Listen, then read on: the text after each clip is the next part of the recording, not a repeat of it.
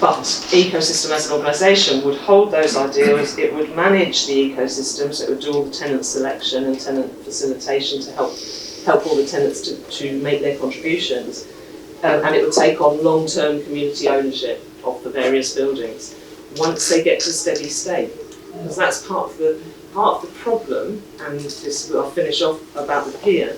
Part of the problem is that communities are really, really good at solving things, raising money, at campaigning, at getting the transfer of the ownership and raising the initial money.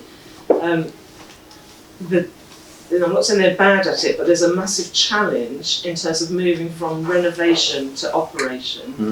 And there's a massive challenge in how we own our buildings. So with Hastings Pier, one of them, what's happened with Hastings Pier, for anyone who doesn't know, is that the charity went into administration. The administrators employed estate agents, and the estate agents chose to sell it privately to a single individual. Rather than to respond to the community second campaign to keep the pier in community ownership, and that's been really heartbreaking to see that happen. So the pier has had £14 million of public money. It's still just as important to the town as ever, but it is in private ownership, and it's owned by a single individual who's in his 70s, and there seems to be no succession at all. There's no way forward, there's no plan, and there's no way that we can all relax with in the knowledge that the pier is safe, because actually it's not safe. It is the best conditioned pier in Britain now, but it is not safe for the long term, which is scary. So one of the problems is that the charity owned the pier, but also operated it. And whereas in the private sector, often you'll see ownership in a holding company, and then you'll see an operations company. And if the operations company stumbles, you don't lose the asset. You just say to the operations guys, sorry, it didn't work out, we'll get a new operator. But unfortunately, that wasn't true. And so that's a real lesson to bear in mind, that if you do own or if you do take over assets, to try to look at how to protect the asset long term, because the business that runs it will stumble at some point. So this whole concept of ecosystem is that it's White Rock Neighbourhood Ventures, which developed Rock House, which would be the developer, the very socially minded and covenanted around capped rents and all those things, but willing to take risks. Once it's stable, you pass it over to the community organisation for long-term ownership. So I was going to finish off with this. This is one of my favourite people, but this is kind of how I work, basically, is that it's not just about dreaming. It's actually about engaging in practices consistent with utopia. Yes, let's dream, but let's also make some things happen and see how they work. It's all unpredictable. When we first took on Rock House, and I personally put in order to buy it, I had to take some money on my own house mortgage. So I added another 85 grand to my mortgage to put it into this project. And I did that to see whether that's possible, to see whether people, as lucky as I'm sure many people in this room and myself are, that we own a property, and we therefore have equity, which we didn't earn, just happened to us. Can you take some of that and put it into social use? And so that's what we were trying to do. It's worked really well, and now we're doing that, offering that to other people as an option. So just you, or was it another people? No, the first one was just me from Rock House. We didn't have time. They said to us, you can have it for 230,000, but you have to exchange in 4 weeks and complete in 8. So it was no time. But for 39 Cambridge, the Heart of Hastings has this thing called the Investors Collective, and that allows people to put between 5 and 50,000 in. 90% of it is a loan. They get it back after 3 years, and they get 3% interest on it. But 10% is in community shares, so that stays in long term. So people are able to use a bit of their money. All these people coming from London, for example, with having sold a however many £1 million apartment in London, have quite often a little bit of spare cash. They put some of that in, and that they feel like maybe they're offsetting their impact a bit. So they really are joiners. So that whole stuff around how you do the money, how you engage how you choose your tenants, all of these different things are all inventions that we've come up with along the way. And they're inventions that we've come up with because of the basic idea that you stick to your values. You don't know what's going to happen. It's all unpredictable. You go slowly, phased. You work with lots and lots of people, and you stick to your values. And certainly in our experience so far, we're heading towards utopia.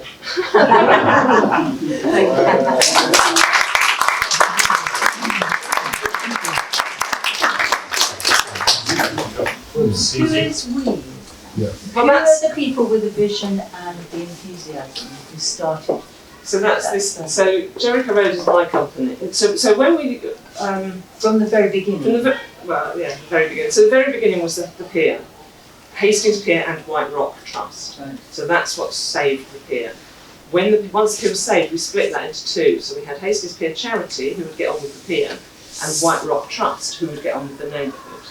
So I was involved in both. In White Rock Trust, I passed over from the pier, and so it was White Rock Trust who took the lease on the basement, the temporary lease. But we did that in partnership with Meanwhile Space, which is a national community interest company, and Jericho Road, which is my company. So those three were in place when the agent said, "Do you want to buy it?" So we set up together, the three of us set up White Rock Neighbourhood Ventures as a shared venture to buy Rock House with. And then out of that, as I said, part of Hastings, the Community Land Trust, was inspired by that. So I became a trustee of Heart of Hastings, gathered a whole load of other trustees and volunteers and investors, individual local people investing. And then Heart of Hastings is in partnership with Project Artworks, more generally, but specifically for 12 Claremont. And the Alley Association is made up of all the freeholders, including Rock House, but all the about 16. So the majority of people are local people with the same ideas, with a bit of outside. Yeah, I mean the only outside is Meanwhile Space, Right. and they work in lots of different places in the country, mainly around London and the South East. But yeah, no, it's all local apart from them. And then, unfortunately, one of the really sad bits is that White Rock Trust. I resigned from that partly because of this, because otherwise I'd be in everything. So I kind of resigned from that and left them to it. But it kind of imploded the way community groups sometimes do. There's conflicts and all the good people left, and it was only a few people left behind. So their funder, Power to Change, stepped in and took the shares from them. And that was a very dramatic thing to do, but it was an essential thing to do because it turned into a complete nightmare. So these things are not, I gave the story now and it all sounds great, but it's not easy. You go through loads and loads of difficulties, conflicts, run out of money, lots of different expectations not being met. But 4 years in, we've got a full building that is now successful, profitable, sustainable. And we're about to take on 4,000 square metres of empty space to see whether we can do that the same again. It's really impressive. Mm. Did you go look? Did you have precedents for this, or is this something you're trying out and you don't know how it's going to work out? Because it strikes me that we have a whole set of small organisations in Lewis, but we kind of need an umbrella organisation, I have thought. This is so there's two ways of doing that. There's a few of us get together and say we need an umbrella, and we set up an umbrella, which would be more like Council for Voluntary Service, a membership body for the little groups. What this is the little groups coming together and saying we already work a lot together, but what we need is a grant-ready charity with a membership. So it's good for grants, it's good for democracy, it's good for engagement. So it's us making one rather than someone coming in and putting an umbrella over the top. Precedents you saw. There are precedents. We're starting to look into precedents. Kind of having come up with the idea, we're now looking at who else is doing it. And so Mondragon, the co-op in Barcelona, they have a kind of ecosystem organisation which holds the co-ops together. So there are some precedents. I don't know much. And when you said you told us the kind of present day story, Yeah. are you all getting on, or? Yeah, so White Rock, White Rock's gone, basically. White Rock Trust is now closed and gone. Power to Change are seeking a new organisation to hand their 1/3 share of neighbourhood ventures to, and that's another reason that ecosystem should be set up, because then that could be the other 1/3 shareholder. And when you showed that it was a very compact, small part of Hastings, that kind of suggested that maybe other people are trying to do similar things in the town. In other parts. Yeah. We do have Park Hastings does have another project which I haven't included in All Valley, which is just it's the other poor part of Hastings, really, the other really poor area. Apart from that, people in St Leonard's there's lots going on in St Leonard's. I don't think anyone else is doing the same level of deep intervention. The key intervention that I think I bring to it is buy the bloody buildings. Don't moan to me in 20 years' time that you want me to come along to your eviction party to try and resist being evicted. The only way we can survive and keep these things is to take the buildings out of the commodified property market. The landlord has the power, isn't it? Yeah, So you become exactly. the landlord. So if you become the landlord, you can choose what happens next, and that is very powerful. It's really hard, and we have this phrase about too late for Hackney, not too late for Hastings. Yeah. And I actually said that to someone the other day who's in Hackney, and he was just really upset. But it's But it's true. Yeah, it is true. Have you worked out how many people in Hastings are from Hastings? Not yet, no, not specifically. Actually, Hastings is southeast London by sea. It's Deptford by sea. I used to work and live in Deptford for a long time, and it is Deptford by sea. But made up of musicians who came down to play a gig and then couldn't be bothered to go home again. So that sort of people. And when you look west, past Eastbourne to self-satisfied Lewis, what kind of impression do you have of us when we haven't been able to get anything like this together? Well, it is harder. You could almost possibly even say, I'd never say too late for Lewis, but it's harder. Where land values are high, it's harder. Yes. Much harder. I've tried to help a group in Tower Hamlets take over a sailmaker's loft, absolutely beautiful, derelict sailmaker's loft, about 2 shops wide. And I spoke to the council about compulsory purchasing it. And they said, come back when you've got £9 million, because that is the value of it. Yes. Well, that's hard. So it's not anybody's fault if you haven't been able to purchase or bring property into community ownership. It's hard And to it do. remains a great opportunity, Jess, as well. It's still there. It's not. It's not over yet. No, it is really hard to do big things, is what I've realised, especially if you haven't done a small. Rock House is quite big, 9 stories, but at the end of the day, it's just one building. It's much easier to do one building, to do that well, to prove yourselves, and then people start paying a little bit more attention. Yeah. Still not much. So, floor. Questions, points? Are you from Hastings? No, I've been there since 2004. I was from Deptford, so I was in Deptford for most of my life until then. And had a little sojourn in Yorkshire. I went to Yorkshire first and then couldn't cope and came south again. No, so I see myself very much as a DFL who came to join in, and that's what I've done. And I think it's a good mix. There's a good mix of B&Bs, born and breds, and DFLs. What was your background? I've been a community activist since I was like 20, basically. I worked in Deptford as an independent community activist, setting up enterprises, community enterprises, publishing company, childcare, nursery, a financial management thing for non-profits. So I've always just seen opportunities, but I didn't get into buildings until I went to work for the Development Trust Association, and I suddenly realised that's what we've been doing wrong in Deptford. In a sense, this is all my penance for having utterly failed to buy anything in Deptford throughout the entire 80s, 90s and the early 2000s, when it was dirt cheap and covered in corrugated iron. And we just spent loads and loads of energy improving the place and making loads of community projects and doing really good things, which have all gone. Not all gone, actually. There's one there's a herb garden left that we've built, and we didn't own it, but we put it in community ownership. Apart from that, that's a real failure, and that's what I've really learned. We've succeeded there. Well, we're starting to. It feels like that wave still feels like it's coming, and we can't move fast enough. But And the point about the crash and potential kind of, what do you think that will do to the wave? well, I was thinking about that when it came up. I was thinking about what it will do to us. There's a great fear in me of borrowing £1.5 million on a property that could easily go down in value. So it's kind of scary.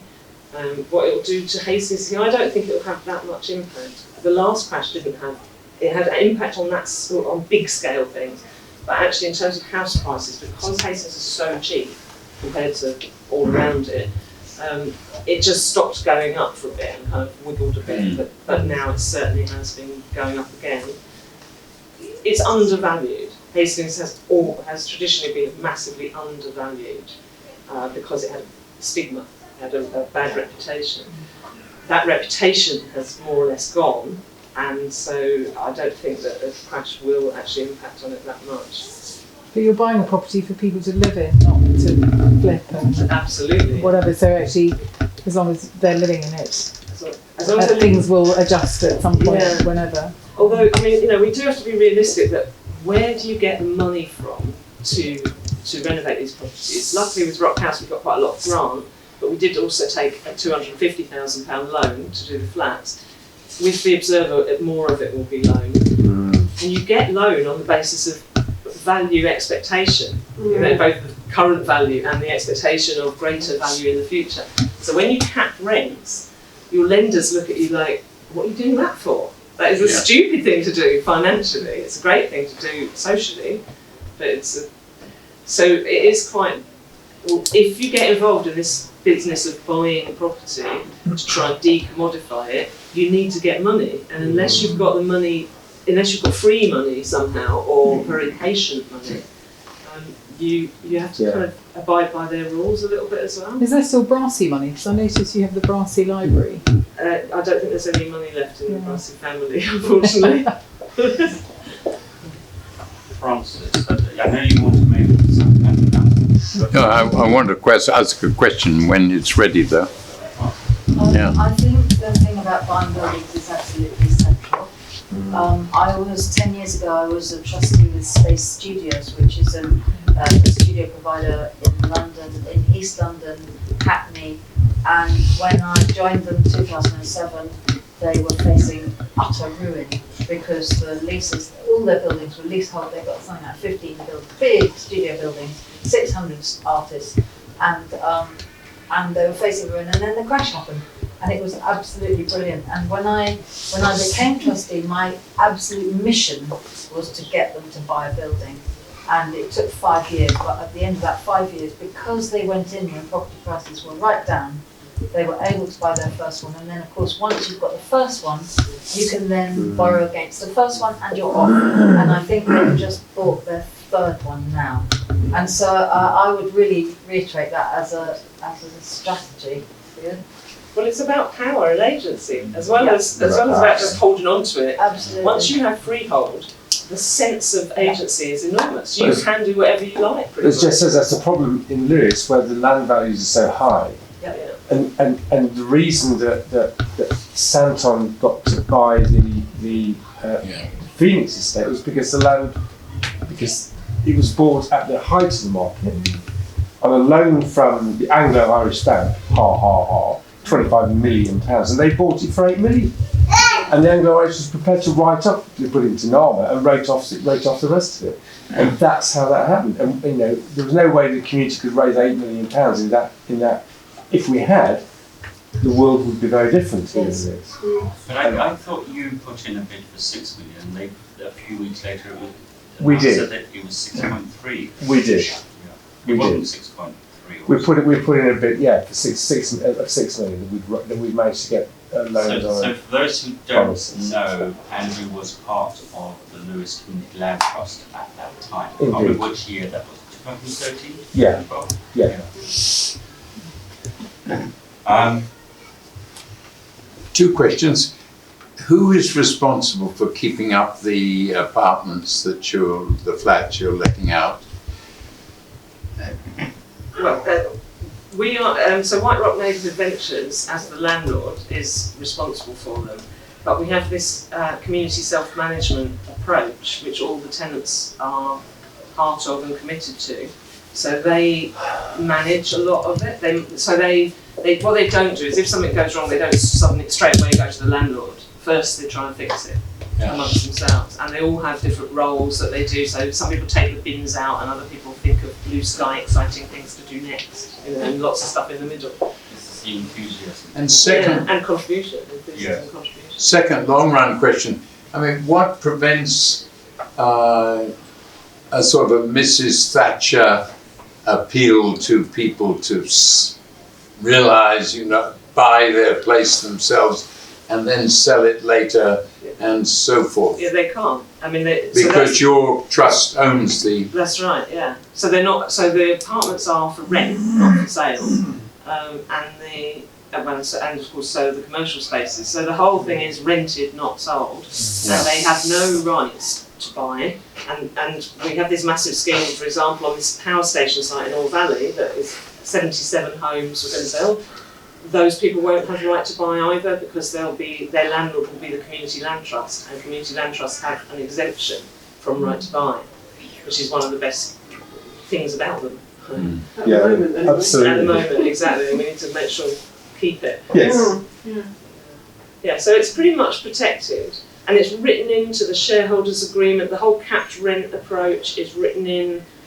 It's probably not absolutely rock solid. If somebody wanted to kind of infiltrate and change it, that was what went wrong with White Rock, that they decided that they would like the building to be squeezed for as much money as possible, which they would then give out in nice small grants for local projects.